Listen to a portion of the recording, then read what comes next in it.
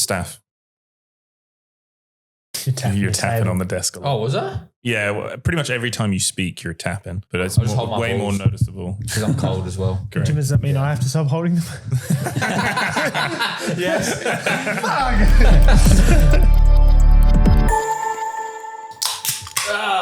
Welcome back to the Intersect Podcast, the number one tradie podcast in Australia. JP. Today we're talking about. What were we talking about? I have no idea. I've actually forgotten a little bit. Dementia. That's what it was. That's what it was. I'm sorry. Sorry, we had to. I love it. And then, we have a guest on actually doing something absolutely amazing. I just wanted to let you know that my dog Ava, she's at home. She's nice and safe. And no one dies from wet socks. So, Amen. My dog's name is Ava as well. So that's crazy. that M told me to say that. Just saying. Oh, you're not dog, not Ava. I thought you were fucking tripping then. I was like, holy shit, his dog's name's Ava too. No, M told me to say that, so blame M. Just saying. But no, we have a guest on that is doing something super remarkable, something that we don't have the balls to do, especially JP because he can't bend or run for shit. My tyres are flat. We talked about this before. But Cam, I want to know, tell everyone about your story, what you're doing, because it's super inspiring and I want to know more about it. Yeah, so pretty much we're here. We rocked up in Gero today. This next challenge of mine is doing 446 kilometres for dementia. That number's sort of come from the 446,000 people in Australia are affected by dementia. So that's kind of where that whole sort of thought process came from. And seeing my grandparents sort of suffering with the disease has sort of been my driving force into wanting to do something, and running's been my thing. So I thought, what a way to sort of tie it all in together. Yeah, beautiful. How did you get into running? It was kind of a whirlwind of a lot of things. Like it probably fully started, like the whole journey kind of started from when I was younger. Like I had a pretty serious head injury when I was 12.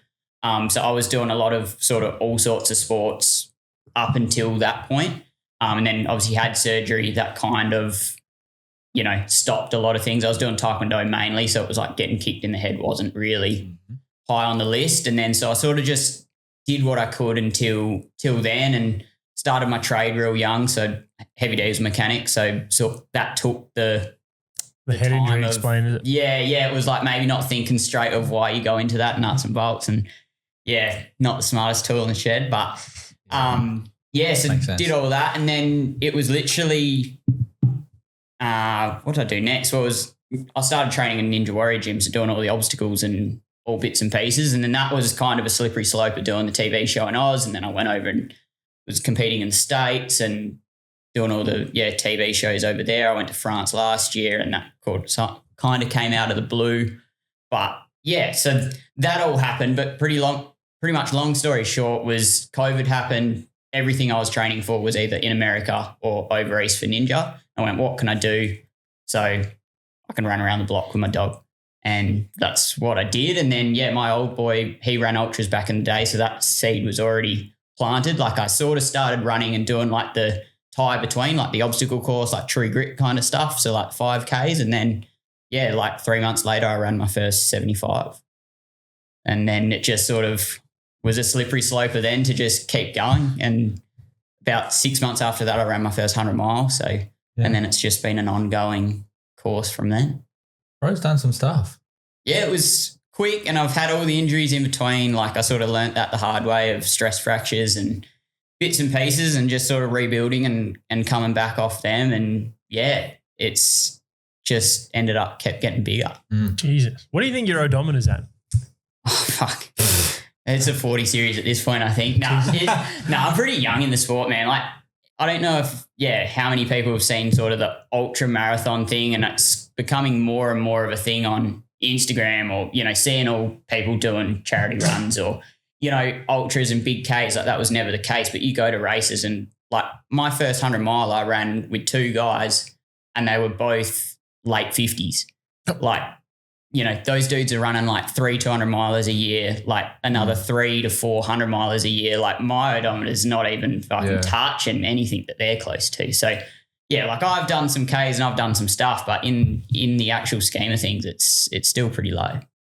So for us retarded folk, how much is 100 mile in kilometers? 100 miles, 160. 160 kilometers. Yeah. Damn. You reckon you could run that? I could do 100 nautical mile. That's 1.8. You can do shit. In a boat, obviously. You did the ninja stuff as well. Yeah. That's cool. That's sick. Yeah. It was that was sort of a thing to just put all my time and energy into, really. Like I sort of by the time I sort of got a bit better at ninja and started traveling and doing that sort of stuff, I'd finished my trade and could sort of just go and train, and got to go to America like 3 times, I think it was. For ninja, yeah. So got flown to Vegas when I was 20 and for Team Australia, and there was like 5 of us that got picked to go compete against like all the Americans and Europeans and stuff. So that was, real cool, and a couple other events. And then, I kind of stopped and I was literally just running, and in the like mix of all this last year, I was like, my running's going good. I was coming off another injury from running, and then got a call from France. They're like, we want to fly you to France to go compete over there for ninja. I'm like, I haven't touched ninja in like 3 years. And they're like, no, we want you over. So, and then I ended up tearing all the ligaments off my ankle. So then that was like, that put me back in running again. So then it was just like a rebuilding phase again, and then sort of started doing all the Nettie Brockman's uncomfortable challenges. So 2 years ago, did 50K a day for 10 days. And that was while working too, which was fucking stupid. Yeah. It was, and like I'd split it up to like do 25 in the morning, 25 at night, but it was so much easier just doing it in one chunk, and then you had that full like 19 hours or whatever to recover. And then last year I did half Ironman every day for 10 days. So that was, I didn't work for that, but swimming's not fucking no joke, man. I hate swimming. Like I didn't train swimming at all. Like I hadn't been in a pool since I was in high school probably, and then I just went, I'll figure it out when I'm there. Yeah. And did, and that was fine. But so it's sort of, as a collective, I've sort of just found something, and then it's, you sort of just pursue that. Yeah. So you love pain?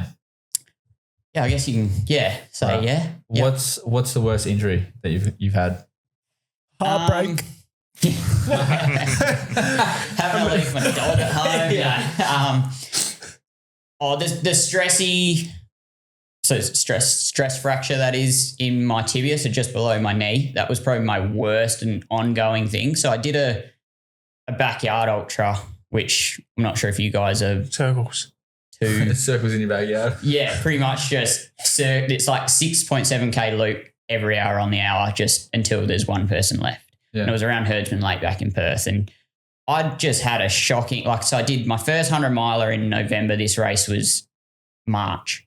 So I was like, I should be right by then. Like done 100 miles, so I should be able to push pretty hard. And then was just having a heap of leg dramas. And I was like, I'm just going to pull the pin early. Had a heap of, ITB and everything locking up. And I was like, it doesn't mean anything. I'll drop. And then I signed up for the same 100 miler I did the year before, because I was like, it was a fairly good time. A year later, I forgot about all the shit it was.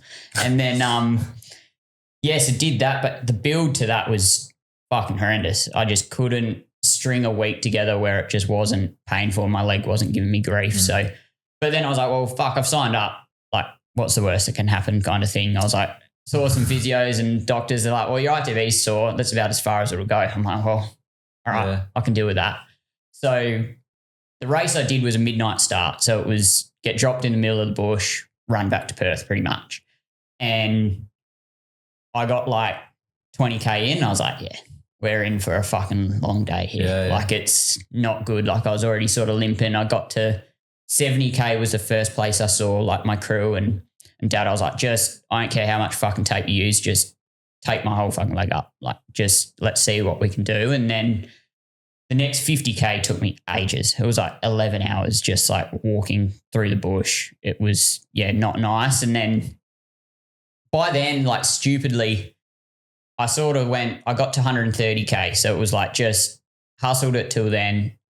And I was like, well, maybe I can try and avoid like long-term damage here. Like something's really off. It had been for the last 20 odd hours. Like, let's just call it a day and see what's going on.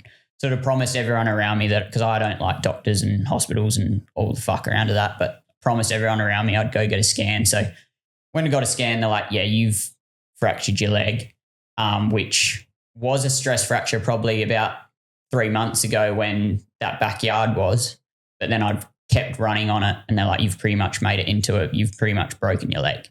From running? Just from, continuing to run on it. So I'd say that's definitely up there for the worst injury. And just time, like the bone takes a long time, like muscle's fast.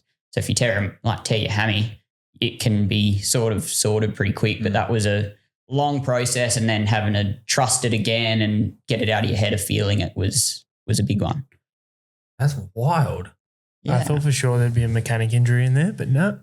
Yeah, no, like before Ninja, I've broken all my fingers. Like someone dropped a Road Ranger on my fingers the week before I went to semi-finals for Ninja. And I had, 4 or 5 broken fingers doing that. So that was kind of just you went and did it? Yeah, I didn't tell anyone.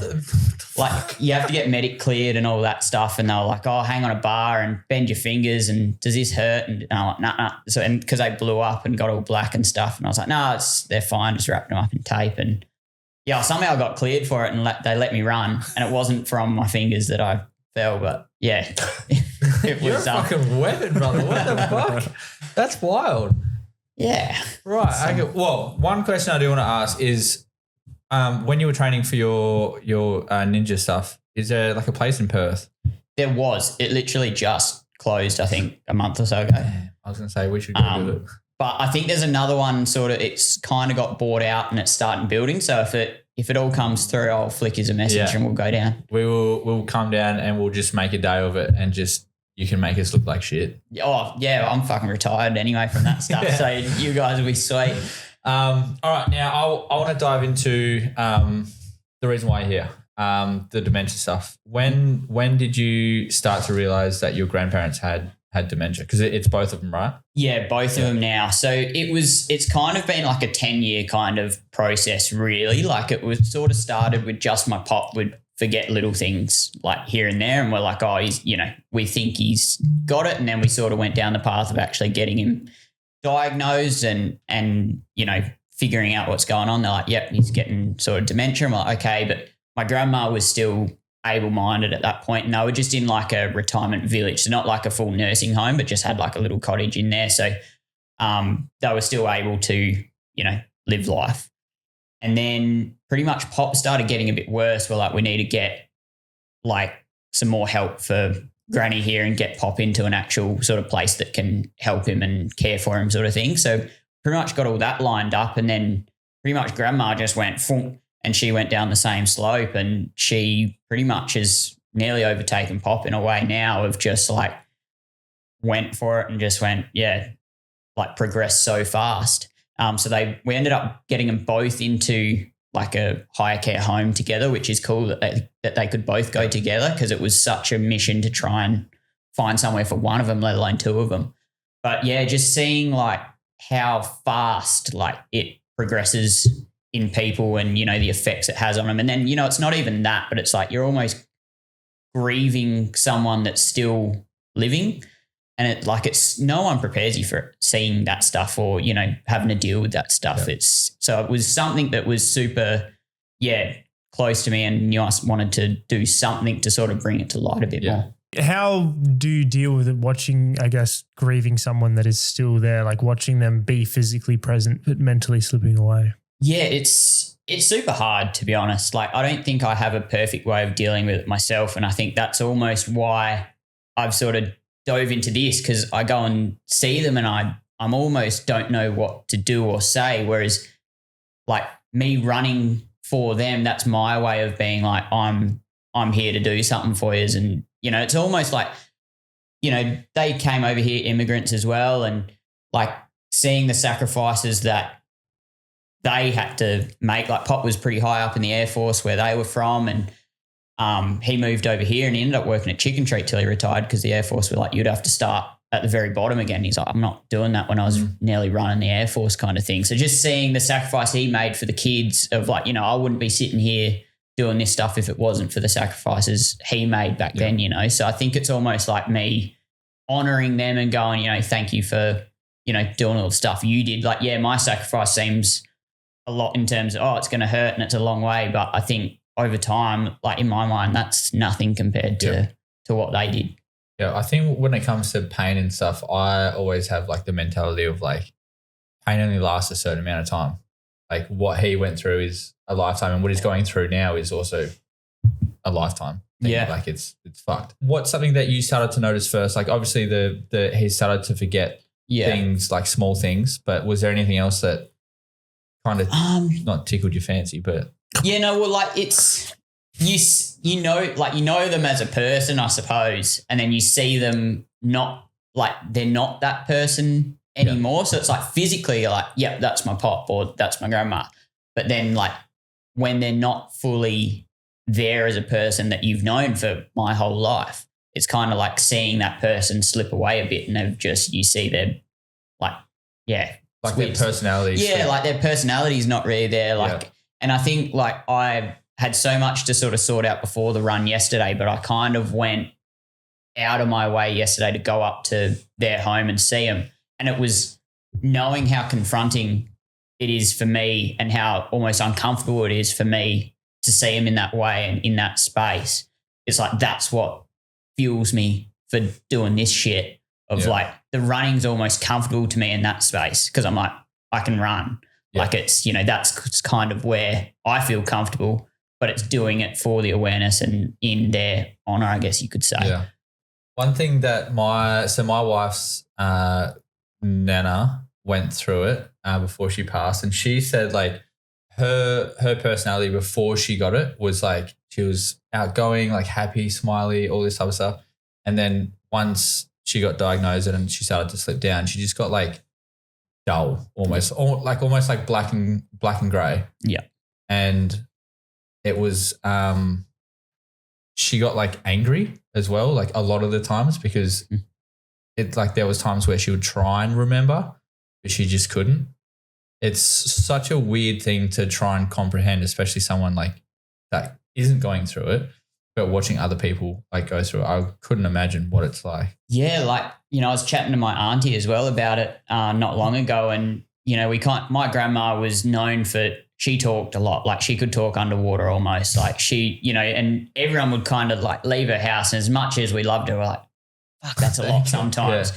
But then like now we look back and, you know, we take her out and sometimes she's just sitting there in the corner just staring at the floor, and it's like all you wish now is, you know, to treasure those moments more, or, you know, wish for her to just, you know, have a full-on conversation with you now. And it's, you know, back then you kind of, it's all the stuff you overlook when it's normal, right? And it's, you think, it's never going to change. And then it hits and it's like, no, it's the real deal. Like nothing can prepare you for seeing your loved one sort of like that, I suppose. How did you go? Because you said you had to go through testing and stuff to confirm all this. How did you even go about that? Like, is that like a tough conversation to bring up with them? And yeah, like I think my grandma was always like, yeah, Pop's got it, Pop's got it, Pop's got it. But then she sort of went down and he was very, like, from my eyes, like I'm obviously the grandchild, so I saw a lot less than what the immediate children did, and a lot of them, like my dad and all that, sort of sorted the more, you know, nitty gritty of it. But like it was always Pop, we sort of knew he would just but Pop is quite happy sitting in the corner humming to himself and just sort of has a giggle and a laugh every now and then. But it was Granny that got the more angry side of the dementia of you get confused and it's like that fight or flight. And she was the one that kind of, you know, made it a bit more serious and immediate of when we needed to get everything done. Like there was times of having to sedate her because she was just, you know, losing the plot, and like seeing all that stuff is pretty confronting. Yeah. Now that I remember it, Papa, which is Michaela's Pop. What are you laughing at? Fucking name, Papa. Yeah. Fuck you. Just the last. When he got really bad, he didn't go to Nam or anything, but like he like, it's almost like he switched back to like a certain date in his brain, and he thought everyone was like different people. So her auntie which is his daughter, thought that she was his ex-wife that passed ages ago. Yes, And that's full on. yeah, so he was in the hospital and he was like, she would go there. Something pops in my head just then. He was also like super racist. Oh my god, It's funny as, but hey, Toomey, cut that up. And she would like go in and he would call her by his ex-wife's name because they obviously look alike. So he was just confused as to who it was. Yeah. Have they gotten to that point? No, like we're still fairly, I'm not going to use the word lucky, but like in that aspect, like I still walked in yesterday and they still like recognize me, knew like, I don't reckon they'd fully know my like full name or anything, but know we're related, know that we're family kind of thing and sort of, go that way. So they're not sort of over that point yet, but yeah, seeing like had plenty of people reach out after me sort of announcing doing this whole thing for dementia. And it's like, yep, my mum had it. And, people that are like caring for people in their house that they wake up and they don't have a clue whose house they're in. Like that's crazy. Like I take my hat off to anyone that's able to care for them full time because it's such a hard job. Yeah. Yeah. Papa didn't remember me at all. I'm pretty sure I met him twice. He's like, "The fuck are you, bro?" My grandma reverted. She was Polish, and she reverted to just speaking Polish. Really? So she went back to the. She fully thought she was a little girl at school. Yeah, no she went like as it got older and older, and I know the Polish national anthem because my grandma used to sing it so much in her dementia. Can we have a taste? Absolutely. I was hoping you'd ask. Any Polish people are probably going to say I'm butchering it, but this is how I remember my grandma who had dementia used to sing it. So give me a break. It's Masz Dąbrowski, ziemi Wolski, da Polski, masz się wodę. Put a beat to that. Purely, only reason I know that is because my grandma used to just sing it non-stop. That's the outro. Yeah, that's the outro. The Polish national anthem. That's honestly amazing. Yeah, it's almost like that their brain like goes back to a certain time. Like because his Papa was exactly the same because he lived in Vietnam and he thought he was in Vietnam. Yeah, right. Which was whack. And there was one thing that Michaela used to always say, which is my wife, she used to say, in his room there would always be like a window that he would look out and there would be like a big mountain.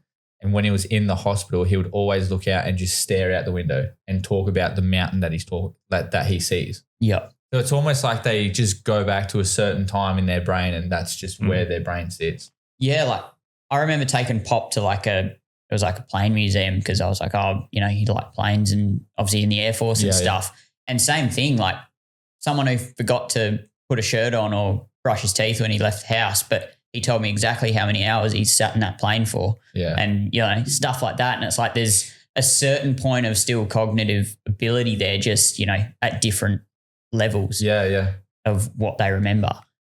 That's wild. I think my mum's going to revert to German. I hope not. She's scary as fuck as it is. Imagine that.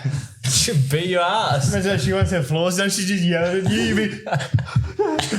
No, I don't want to do that. Did you know that dementia is type 3 diabetes? No. Yeah. How wild's that? Yeah, right. Timmy, can you fact check that? I don't understand what you mean. Yeah. Type 3 diabetes, also known as dementia. Yeah. Maybe it was 4. Right. We also looked it up. Apparently there's also 100 types of diabetes. Yeah, there's a lot of diabetes, but there's, Type 100 diabetes. Type 100. Yeah, type Just can't 3. eat cashews It's or either something. type 3 or type 4 diabetes is Yeah, dementia. right. Well, I'm going to be deep throating lollies on this run, so maybe I'll fucking hold it off. So type 3 diabetes is an unofficial, controversial term used by some researchers to describe Alzheimer's disease. It's based on the theory that Alzheimer's is caused by insulin resistance and impaired insulin signaling occurring specifically in the brain. Wait, what's the difference between same thing? So it's slang. Slang for Alzheimer's. Yeah. Is Alzheimer's and dementia the same thing? It's same family, same sort. Yeah. Oh, you were about to say absolutely not. Yeah, it was. I don't understand either of them. So. I don't. Can you, hey, Toby, can you just quickly look up why it's going to look like that? Check that for sure. I believe it's different diseases, but same kind of so it's like family of disease. Crabs and. Well, what about, what's the difference between dementia and Alzheimer's? Is that the same thing? Can we get a definition of what Alzheimer's and dementia is? please be to me, because from my understanding, dementia is just they forget. What's Shit. Alzheimer's? They forget shit. So it's like crabs and lobsters. Could be prawns. Same family. just all Crustaceans. So dementia is an umbrella term for a set of cognitive symptoms, while Alzheimer's disease is specific physical brain disease that causes those symptoms. So Alzheimer's causes dementia. Yes. It gives an example. Think of dementia like heart failure, a general description of a problem. Alzheimer's is like the specific underlying condition causing it. Gotcha. So in heart failure, it could be coronary artery disease or something. So it's pretty much Yeah. same. Same. But If different. they die from it, you're still going to say they died from So there's Yeah. different One or the types other. of dementia. Like there's Alzheimer's, there's vascular, there's Lewy body, different terms Lewy that fall under the umbrella of dementia, just like you have heart failure. Yeah. What's the specific thing causing So the heart there's failure? Yeah. There's crustaceans, and then you got crabs, and then you got. Can we get it in prawns. mechanic terms, please, Yeah. JP? Well, let's hand over to the other mechanic for a change. Let's Mate, I'm retired. I'm a runner. go. He's fuck mechanics. Yeah, come on. Can we have it in mechanic terms, please? So car is dementia and brand is the Alzheimer's Yeah, definition. good enough for me. Yeah. Sure. Diff oil to engine oil, maybe. Still oil, but different It'd viscosities. be oil and then engine diff oil, yeah. As an umbrella term. there you go. hydraulic, You know. heard it here first, folks. All right. We got you. Don't you worry. Alzheimer's and dementia, same thing, just different. All the mechanics listening and I get it now. Yeah. In their workshop, it's just the podcast turned it like, oh, that's what it is. Right. It's like the first time you understand imperial to metric conversions, you're like, oh, that's it. I still don't I understand. never it. got that either. Yeah. Oh, well, fuck. So Get give more in us, the plant, mate. give us a rundown. Of? The difference to imperial and metric. What's more superior? Metric, obviously. Okay, so give us a Like if I say, if you had to get out, I'm going to buy you an imperial tape measure. Like one with like the really like accurate Yeah, yeah. measurements is the gayest thing to use. so imperial is gay, is what Yeah. you're saying. Americans. Again, you heard here it. first. We're just an educational podcast at this point. All right, we can't make it up. I need a spanner. What size? When it comes to things like this is like a pretty dramatic thing that is happening in the family.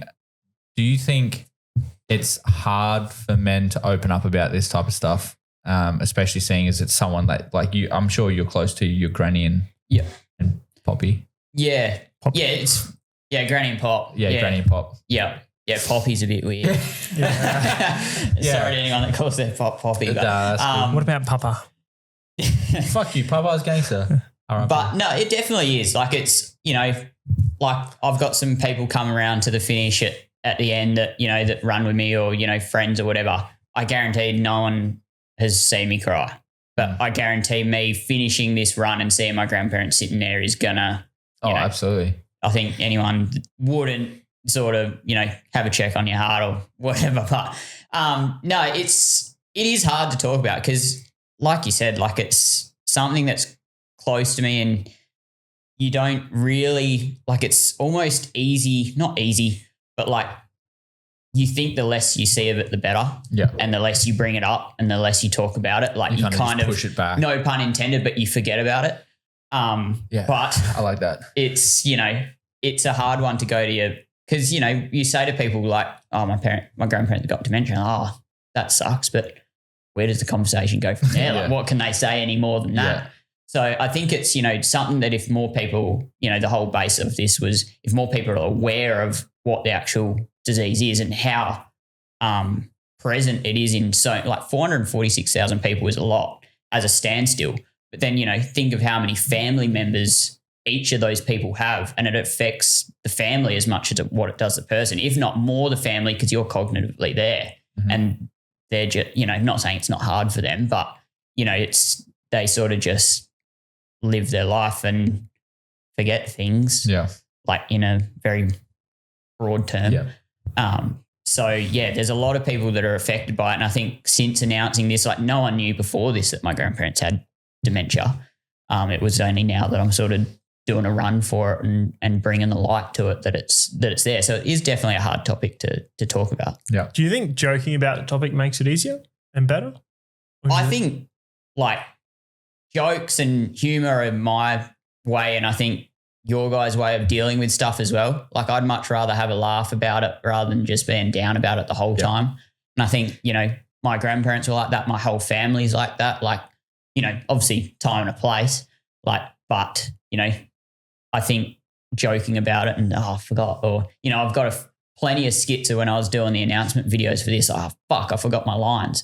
And it was just like, you know, probably could have thrown that in, but it might be, you know, not everyone has the same sense of humor, but it's definitely, I've always been the humor. If you can sort of smile through things, then it makes it a bit easier. I do want to ask, and this is real, how are you feeling about it? Because shit sucks. Like, and it's probably, hopefully not for a while, but they will go eventually. And I just want to know how you're doing, how you're dealing with it. And obviously this run is big. Otherwise you wouldn't really be doing it if you didn't care. Yeah.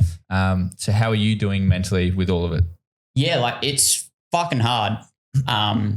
Like, and I think I have sort of taken a back step from seeing it firsthand a lot because it was so hard to, like, my grandparents, they lived, or their first retirement home was across the road from my school.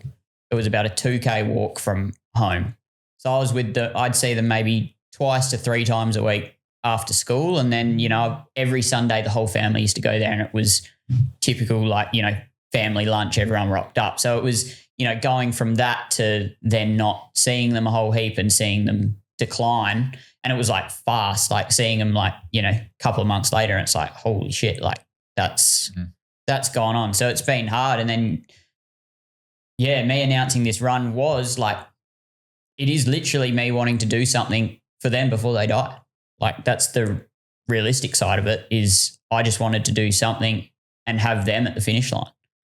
Because there's going to be a day, probably sooner than what I'd like, that there won't be a time where they could possibly do that. So I think it's creating those memories of the good stuff. And like, yeah, it is for what's almost taking them in a way. So yeah, it is hard, and yeah, this fucking run's daunting, man. Like even driving up was like, fuck, I got to run this.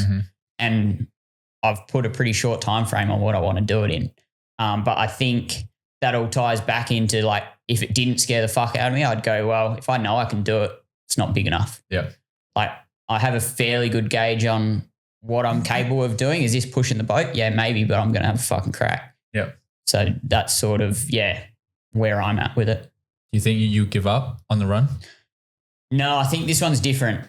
Like you're just gonna this one's like in races and stuff, like it's, you know, it's easy to go, it's not my day.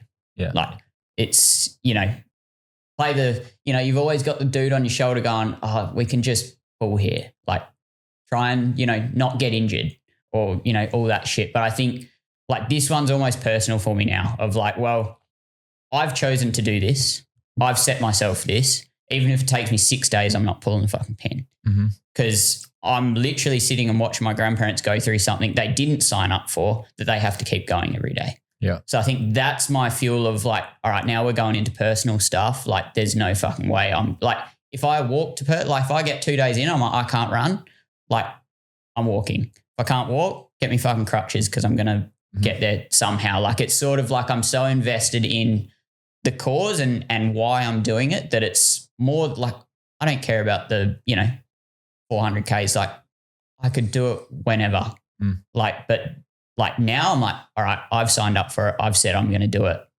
Now you do it. Yeah. Motivation. You gave me chills, man. You gave me fucking chills. Makes me want to run with you. Yeah, go for it, man. Not fucking gonna though. Oh my God. When's this coming out? Monday. All right, sweet. Well, I can tell people because I'm starting at midnight tonight is the plan. Yeah. I haven't sort of made that public just so I can sort of not ghost out of here, but just like, fuck you, Joe. Yeah, like can't wait to the back of your arm out of here. Yeah. No, it's Imagine just that. trying. How was your Cheltenham experience? I ran away. I ran back to Perth. That's how good it was. Yeah, fucking don't need a car. I'll get out of here one way or another. So is Ava up here as well? No. Oh, So she's in she's at Perth. home. She's on my leg, but as a tattoo, that is not humping it or anything. But no. So she'll be at home. She'll be running the driveway with us. I love her to bits, and she's done a lot of stuff. Like she's a Labrador, so she's not a naturally athletic dog, but fuck, she's done some stuff in her life. Yeah, she's like the most ripped Labrador. Like people are like, oh, she's skinny. I'm like, no, she's just not the typical fat lab that you see around. Yeah. But she doesn't give up either, that dog, to be fair. Like she'll keep going until cows come home. They say dogs take after their owners, so. Yeah, look, shit runs downhill as well. Like it's very true. Autism leads on. So, but no, it's she'll be running the driveway with us. She'll be at home. She's holding the fort at home. So that's something to look forward to, running home as well. Oh, that's wicked, man. It's beautiful. It's awesome to know that there's people out there that actually care, because when it comes to social media and stuff, there's like not many people are going to be posting about it. Not many people are going to be talking about it. So it's nice to hear that there's other people out there wanting to go out and do extreme things for things that are personal to them, but also can help other people as well.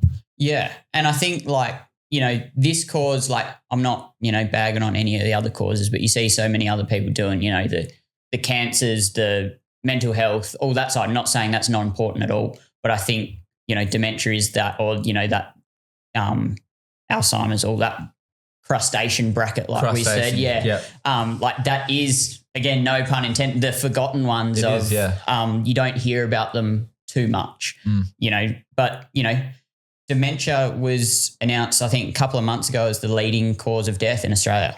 How does that work? Yeah, how do people die from forgetting things? Well, I think it's just degenerative of your whole body shuts down. Like it just shuts down. You shut down, like a crustacean. I think. Crustaceans, yeah. We're on. What are they going to molt? I know my grandma, she died from strokes in the end. So she had Alzheimer's and would get what? I don't know. As soon as you go to talk, he went. And I went, whoa. Bro's doing a lat spread. We're not picking on me this week, all right? I was like, he's on film right now. He's just, all right, anyway. So I'll put my arms down. No, you can do it. It's fine. So people rarely die from dementia itself. Instead, death typically occurs from complications as the disease damages the brain's regulatory functions. Common causes is like aspiration pneumonia, systemic infections, malnutrition, that kind of stuff. Because they forget to eat. Yeah, it's just your body's just deteriorating from the disease. That's fucked. That's such a shit way to go. Yeah. And I think you hear about, heart attacks or, cancer and all these other things that you go like, there's a lot of people dying from that. And then you go, dementia's stemming a lot of more, the most deaths in Australia. That's pretty wild that you don't really, and, a lot of that is older age people. So it's probably you just go, they've died of old age. Yeah. Maybe it was actually, from, like you said, their body sort of deteriorating. Yeah. Yeah. Because you wouldn't even question it, because you'd think, oh yeah, they're old, and then they're gone. It's like, oh, that's what happened. You wouldn't even question the fact that dementia has anything to do with it. I mean, that's the thing. Like when it comes to like heart attacks and strokes and stuff, like there's that, like that is what caused it. But when you talk about dementia and Alzheimer's and stuff, they've forgotten. Like that's like the general basis of it is like, they just forget. They just forget, yeah. But then like what it actually is it's their brain and their body deteriorating into death. It's fucked. Yeah, it's fucked. Wild. And I even got a family reach out to me and say, oh yeah, in their soccer team, one of these kids in there has been diagnosed with like early onset dementia.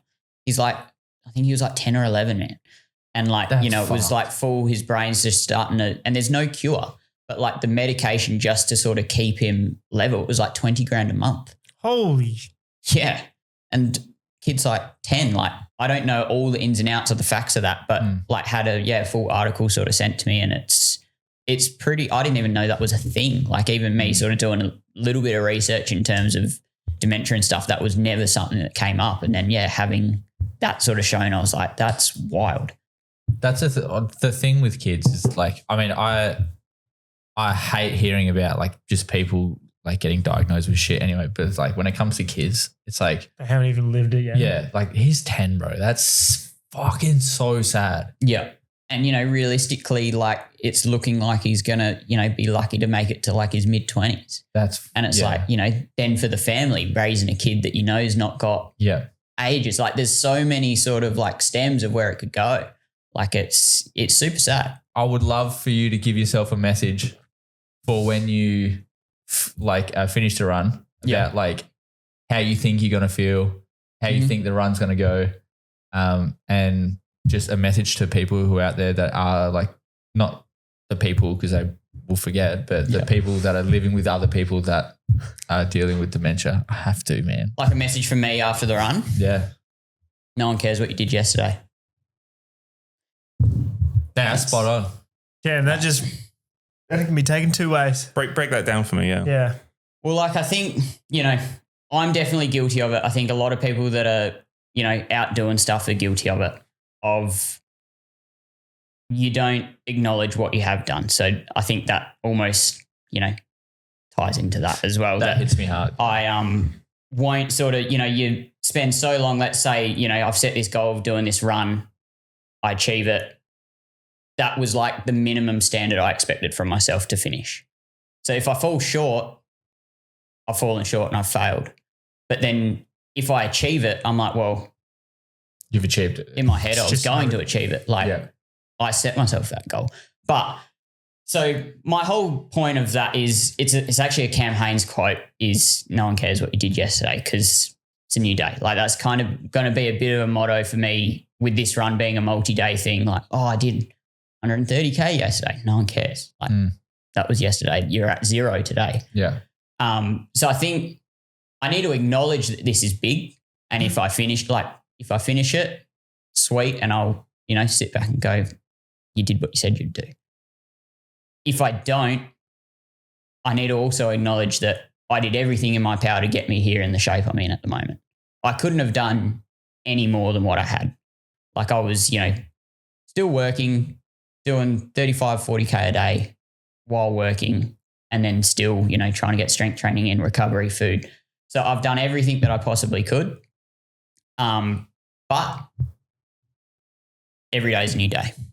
Fire. I fuck with that because it's so true. I'm not going to go into it, but it's so true. I'm really bad with it. Like a lot of people see all of our stuff and they go, "Oh, what you've done is like wicked," but because I'm living it every single day, I'm like, I need to do more. I need to do better. Toomey's tattoo. Go give him a hit. Do more. Do more. So like, I like that. Yeah. So every day, like I'm continuously trying to do better, trying to do more, but people see it in like what you've done is sick. Like you're building this brand, you're building this thing. I'm like, no, it's not good enough. Yeah. But I need to acknowledge that what I have done is good. It is big, I think. No, it's above average, man. Like, yeah, it is. Thanks, man. It's definitely above. You're your own biggest critic. Like exactly. Yeah. And I think there's so many, of those things like go one more or, the main thing of me going into this run is going to be, can I make one more step? Because if the answer is yes, what's stopping me from making another one after that? Like until there's no, I can't take another step, then that's when you got to go, fuck, all right, let's. I want you to, if you get to a point where you can't go anymore, genuinely, I want you to call me. I will drive down and I will walk it with you. Done. Promise. Yep. That is a straight up. I mean, I'll probably be shit company, but I'll walk it with you. Fuck company. I'll put you on my shoulders and we will walk together. Yep. I want you to call him at 350Ks. Yeah. Piece of shit. Just sounds good the whole way. Damn. Yeah. I will do that. All right. Done. Yeah. Yeah. If you get to a point where you're like, I am going to give up. I don't want to do it anymore. Give me a call. I'll do it. I'm free. I will drive down there. We will drive down there. Yeah. Yeah, sorry, bro. Actually, no, Toomey can do it too. Don't look at me. I'll support you in my own way. Thank you very much. We'll chuck him on FaceTime. I've got 2 people that know me very well crewing for me. My partner's not one of them because in these He's like, long, you're gonna fail, you bitch. yeah, like I don't know, like in long stuff, like you've got to sort of turn into a headspace where you're just, can you drop the C-bomb here? Yeah, absolutely. Like, you're just a cunt. Yeah. Like if you hate everything in the world, you're just like fucking fuck this, fuck you. I'm fucking hurting. It's your fucking fault. Yeah. Fuck the road, fuck the tree, fuck the bush, like whatever. You're like just wanting to tear strips. And I think the people closest to you normally cop it the worst. Yeah. And Nina, my partner, she doesn't or never has done any of this sort of longer distance stuff. Both the people that are crewing for me, they both have. So they sort of know that. Yeah. Whereas as much as I can say this to someone of like, I'm going to probably call you an idiot, or I wouldn't I'd call you a cunt. Yeah. You're a cunt. You kind of got to know that. And I can tell her, but it's not the same as when it actually comes out of my mouth. Mm-hmm. So yeah, I've got, one of them, her dad, he died last year from Alzheimer's. So it's a pretty close topic for her. And the other one was my coach and has crewed me at pretty much every run I've done. So they both know me pretty much in and out, that they know if this happens, then we're doing this, and things that will fire me up and things that will piss me off, and what the right time for a bit of encouragement is, and a bit of time of like, you fucking signed up for it, so get on with it. Yeah. Like I think there's a perfect balance of the two. Yep. No, that's Beautiful. That's strong finish, I think. All right, send us out, man. Or do you want me to? You don't know the email. Fucking shut up. What do you mean? It's at All right, guys. Well, thank you for watching this episode. I hope you guys learned some stuff. We did. Alzheimer's is crustacean. So Rab. just saying. Thanks, mate, for coming on the podcast. Thanks for having us. It was an honor to listen to your story and have some jokes about it and all that type of stuff. To me, fuck To you. me. Start singing. Mush. No, seriously, man. Good luck with everything. Yeah. Thank you. No, Appreciate really it, guys. Thanks inspirational. for thanks for having us on. Appreciate it. Absolutely. Anytime. All right, guys. All the links below. I will chuck the Dementia link if you want to send that to me. Yeah, sure, man. I will chuck all that below. So if you guys want to donate or if you want to support Cam in his run, we'll share everything to our story. And yeah, good luck with it, man. Thanks, guys. Beautiful. Appreciate it. See you later. Expect that Cheers. call. Peace. Yeah, fuck. I want to die. It's going to be like 3 a.m. Fuck, man. Could have called me earlier.